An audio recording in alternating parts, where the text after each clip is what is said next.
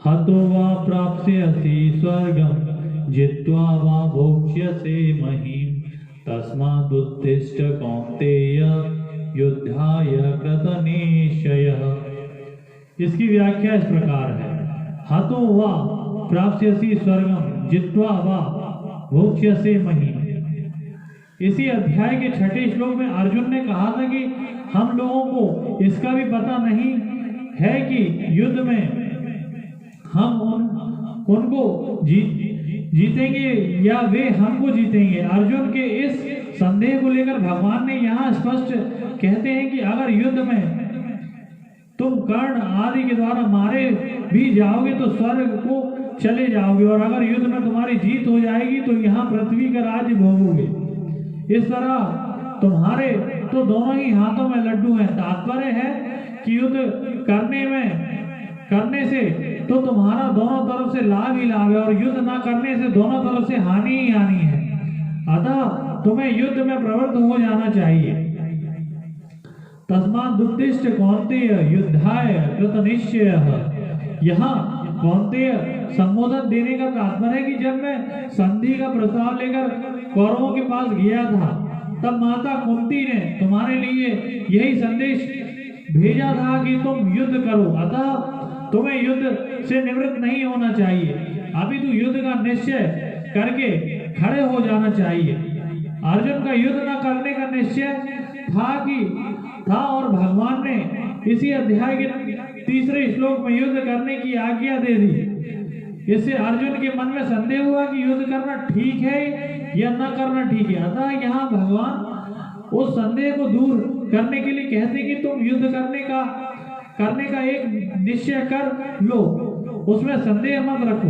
यहाँ भगवान का तात्पर्य ऐसा मालूम देता है कि मनुष्य को किसी भी हालत में प्राप्त कर्तव्य का त्याग नहीं करना चाहिए, अभी तो उत्साह और तत्परता पूर्वक अपने कर्तव्य का पालन करना चाहिए। कर्तव्य का पालन करने में ही मनुष्य की मनुष्यता है। धर्म का पालन करने से लोक परलोक दोनों सुधर जाते हैं। तात्पर्य है कि कर्तव्य का पालन और अकर्तव्य का त्याग करने से लोक की सिद्धि हो जाती है और परलोक की भी। सुख दुख के समय कृत्वा लाभो जया जयो ततो युद्धाय युज्यस्व नैवं पापमवाप्स्यसि। इसकी व्याख्या इस प्रकार है। अर्जुन को यह आशंका थी कि युद्ध में कुटुंबियों को मारने से हमारे को पाप लग जाएगा, पर भगवान यहाँ कहते हैं कि पाप का हेतु युद्ध नहीं है, अपितु अपनी कामना है। अतः कामना का त्याग करके तू युद्ध के लिए खड़ा हो जा। युद्ध में सबसे पहले जय और पराजय होती है। जय पराजय का परिणाम होता है लाभ और हानि, और लाभ हानि का परिणाम होता है सुख और दुख। जय पराजय में और लाभ हानि में सुखी दुखी होना तेरा उद्देश्य नहीं है। तेरा उद्देश्य तो इन तीनों में सम होकर अपने कर्तव्य का पालन करना है। युद्ध में जय पराजय लाभ हानि और सुख दुख तो होंगे ही। अतः तू पहले से यह विचार कर लेगी तुझे कि मुझे तो केवल अपने कर्तव्य का पालन करना है, जय पराजय आदि से कुछ भी मतलब नहीं रखना। फिर युद्ध करने से पाप नहीं लगेगा, अर्थात संसार का बंधन नहीं होगा। सकाम और निष्काम दोनों ही भावों से अपने कर्तव्य कर्म का पालन करना आवश्यक है। जिसका सकाम भाव है उसको तो कर्तव्य कर्म के करने में आलस्य प्रमाद बिल्कुल नहीं करने चाहिए, अपितु तत्परता से अपने कर्तव्य का पालन करना चाहिए। जिसका निष्काम भाव है, जो अपना कल्याण चाहता है, उसको तो तत्परता पूर्वक अपने कर्तव्य का पालन करना चाहिए। सुख आता हुआ अच्छा लगता है और जाता हुआ बुरा लगता है, तथा दुख आता हुआ बुरा लगता है और जाता हुआ अच्छा लगता है।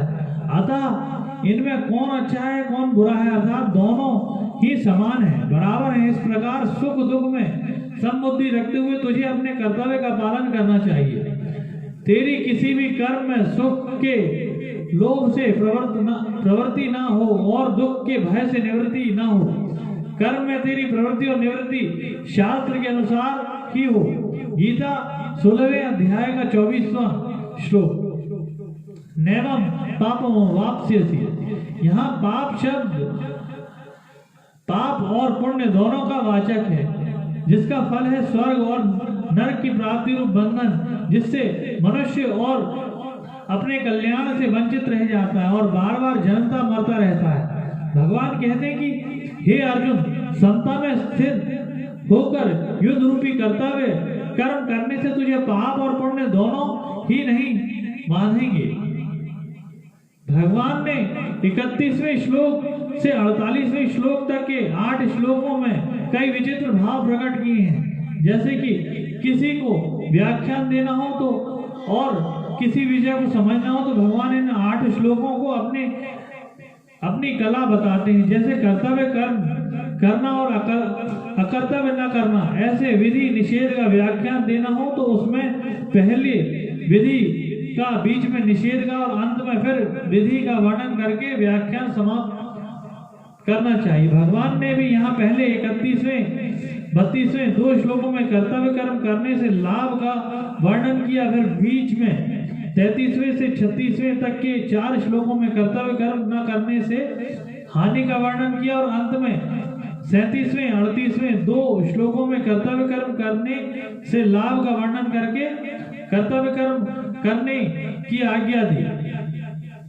पहले अध्याय में अर्जुन ने अपनी दृष्टि से जो दलीलें दी थी उसका भगवान ने इन 8 श्लोकों में समाधान किया। जैसे अर्जुन कहते हैं कि मैं युद्ध करने में कल्याण नहीं देखता हूँ, तो भगवान कहते हैं कि क्षत्रिय के लिए धर्म में युद्ध से बढ़कर दूसरा कोई कल्याण का साधन नहीं है। अर्जुन कहते हैं युद्ध करके हम सुखी कैसे होंगे, तो भगवान कहते हैं कि जैसे क्षत्रियों को ऐसा युद्ध मिल जाए तो वे ही क्षत्रिय सुख है, वे ही क्षत्रिय सुखी हैं। अर्जुन कहते हैं कि युद्ध के परिणाम में नरक की प्राप्ति होगी, तो भगवान कहते हैं युद्ध करने से स्वर्ग की प्राप्ति होगी। अर्जुन कहते हैं युद्ध करने से पाप लगेगा, तो भगवान कहते हैं कि युद्ध न करने से पाप लगेगा। अर्जुन कहते हैं युद्ध करने से परिणाम में धर्म का नाश होगा, तो भगवान कहते हैं युद्ध न करने से धर्म का नाश होगा। अर्जुन का यह आग्रह था कि युद्ध रूपी घोर कर्म को छोड़कर भिक्षा से निर्वाह करना मेरे लिए श्रेयस्कर है। दूसरे अध्याय का 5वां श्लोक, तो उनको भगवान ने युद्ध करने की आज्ञा दी। दूसरे अध्याय का 48वां श्लोक, और उद्धव जी के मन में भगवान के साथ रहने की इच्छा थी, तो उनको भगवान ने उत्तराखंड में जाकर तप करने की आज्ञा दी। इस प्रकार श्रीमद् भागवत 11वां स्कंद 29वां अध्याय 41वां श्लोक, इसका तात्पर्य यह हुआ कि अपने मन का आग्रह छोड़े बिना कल्याण नहीं होता। वह आग्रह चाहे किसी रीति का हो, पर वह उद्धार नहीं होने देता।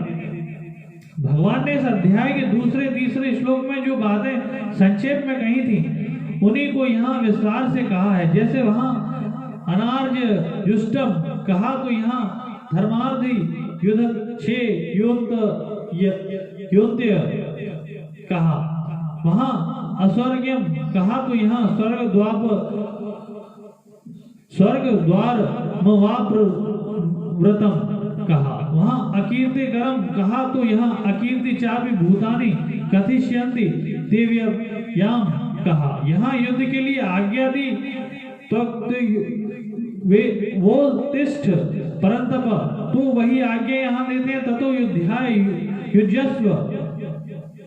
गीता व्यवहार में परमार्थ की विलक्षण कला बताती है, जिससे मनुष्य प्रत्येक परिस्थिति में रहते हुए तथा शास्त्र में सब तरह का व्यवहार करते हुए भी अपना कल्याण कर सके। अन्य ग्रंथ तो प्रायः यह कहते हैं कि अगर अपना कल्याण चाहते हो तो सब कुछ त्याग कर साधु हो जाओ, एकांत में चले जाओ, क्योंकि व्यवहार और परमार्थ दोनों एक साथ नहीं चल सकते। परंतु गीता कहती है कि आप यहाँ हैं, जिस मत को मानते हैं और जिस सिद्धांत को मानते हैं, जिस धर्म संप्रदाय वर्ण आश्रम आदि को मानते हैं, उसी को मानते हुए गीता के अनुसार चलो तो कल्याण हो जाएगा। एकांत में रहकर वर्षों तक साधना करने पर ऋषि मुनियों को जिस तत्व की प्राप्ति होती है उसी तत्व की प्राप्ति गीता के अनुसार व्यवहार करते हुए हो जाएगी। सिद्धि असिद्धि में सम रहकर निष्काम भाव पूर्वक कर्तव्य कर्म करना ही गीता के अनुसार व्यवहार करना है। युद्ध से बढ़कर घोर परिस्थिति तथा प्रवृत्ति और क्या होगी। जब युद्ध जैसी घोर परिस्थिति और प्रवृत्ति में भी मनुष्य अपना कल्याण कर सकता है तो फिर ऐसी कौन सी परिस्थिति तथा प्रवृत्ति होगी जिसके रहते हुए मनुष्य अपना कल्याण न कर सके। गीता के अनुसार एकांत में आसन लगाकर ध्यान करने से भी कल्याण हो सकता है और युद्ध करने से भी कल्याण हो सकता है। अर्जुन ना तो स्वर्ग चाहते थे और ना राज्य चाहते थे।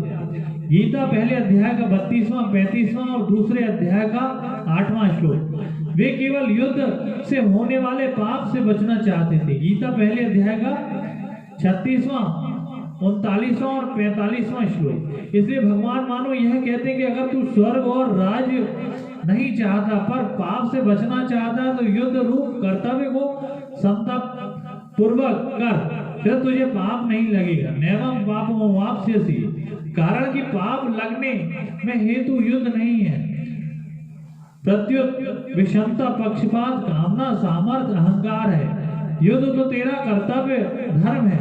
कर्तव्य न करने से और अकर्तव्य करने से ही पाप लगता है। पुरुष लोक में भगवान ने अर्जुन से मानो यह कहा कि अगर तू राज्य तथा स्वर्ग की प्राप्ति चाहे तो भी तेरे लिए कर्तव्य का पालन करना ही उचित है। और इस श्लोक में मानो यह कहते कि अगर तू राज्य तथा स्वर्ग आदि की प्राप्ति न चाहे तो भी तेरे लिए समता पूर्वक कर्तव्य का पालन करना ही उचित है। तात्पर्य है कि अपने कर्तव्य का त्याग किसी भी स्थिति में उचित नहीं है। पुरुष लोक में भगवान ने जिस समता की बात कही आगे के 2 श्लोकों में उसी को सुनने के लिए आज्ञा देते हुए उसकी महिमा का वर्णन करते हैं।